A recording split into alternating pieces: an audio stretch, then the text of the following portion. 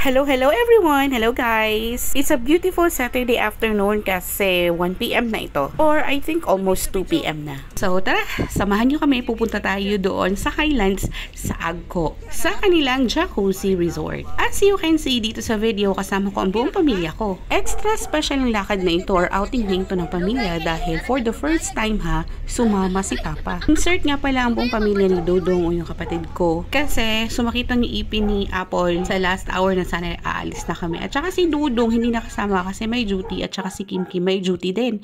At saka si Yani na panganay kong anak hindi rin nakasama kasi inuna ang public service. Ang pinakaunang rason talaga na nagyaya ako ng pina-abrupt na lakad kasi gusto ko na matry ni Papa na makapaligo o maligo sa Agco Jacuzzi. Kasi pwede ito sa kanyang health condition kasi hindi naman malamig ang tubig doon. At para na rin makaalis siya sa kwarto kasi palagi na lang siyang nasa loob ng kwarto nakahiga. Gusto ko din siyang ipasyal para makita niya ang kagandahan ng Kidapawan City sa Highlands. Para na rin makalanghap ng sariwang hangin, hindi ba? Ang lugar na ito ay ako pa rin po ng Barangay Ilumavis. At malapit na ito sa Agco Jacuzzi Spring. Alam niyo ba na talagang sinadya ko na last day or last hour na ako nagyaya kay Papa para hindi na siya maka-no. So as you can see sa video, makikita ninyo na ganito po ang estilo ng paggawa o pag-restore ng bukid na malapit sa mga daan para maiwasan po ang landslide sa tuwing tag-ulan. Kasi usual po ito na problema sa mga daanan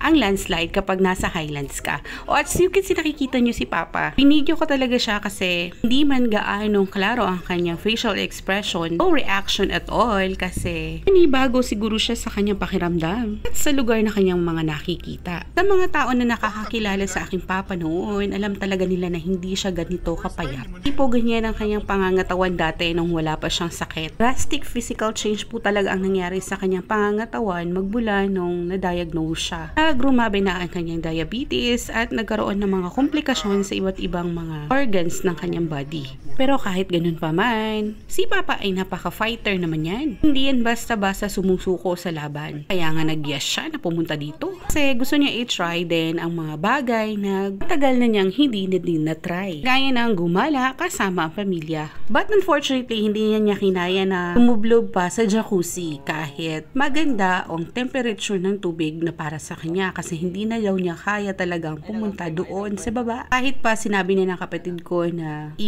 scary daw siya patungo doon at hindi na niya kailangan na lumakad. Pero si Papa ay nag-refuse na talaga kaya hindi na lang din namin siya pilit kasi okay na sa amin na at least man lang nakaalis siya sa bahay o nakaalis siya sa kwarto. So sa mga puntong ito ay nagpi-picture taking at nagvi-video na lang din kami sa kanila kasi hindi ito na limitang nangyayari o nagagawa nilang dalawang mag-asawa. Nakaka-proud pa at nakakataba pa rin sa puso kahit mahirap ang sitwasyon, alam mo na mahal pa rin nila ang isa't isa. So dahil hindi na makakasama si Papa kami na lang ang mag-e-enjoy sa jacuzzi. Itong ganito pa rin naman ang itsura niya before. Nandito pa rin yung hot tub pero nagdagan na ng isang pool sa itaas. Yung dating tub na mainit before, yun pa rin yun as is. Pero yung isa, maaligamgam lang, hindi gaanong mainit, hindi rin gaanong malamig. As you can see naman talagang kitang-kita nyo naman sa video na napaka-tumina ng mukha ni Binsot at buong katawan actually kasama yung kapatid ko na si John Leo. Nilagyan kasi nila ng gray mud yung mga mukha nila at mga katawan nila kasi therapeutic daw yun. Hindi ko na rin yun siya na-try kasi hapon na. Kaya dito na lang ako sa sauna at saka dito sa maaligamgam na swimming pool. In-enjoy ko talaga itong swimming pool na ito kasi ito yung bago nila. Para bang infinity pool din ang drama. Medyo talagang natagalan kami dito sa pag-swimming kasi in-enjoy talaga namin yung time. And of course, itong place na ito.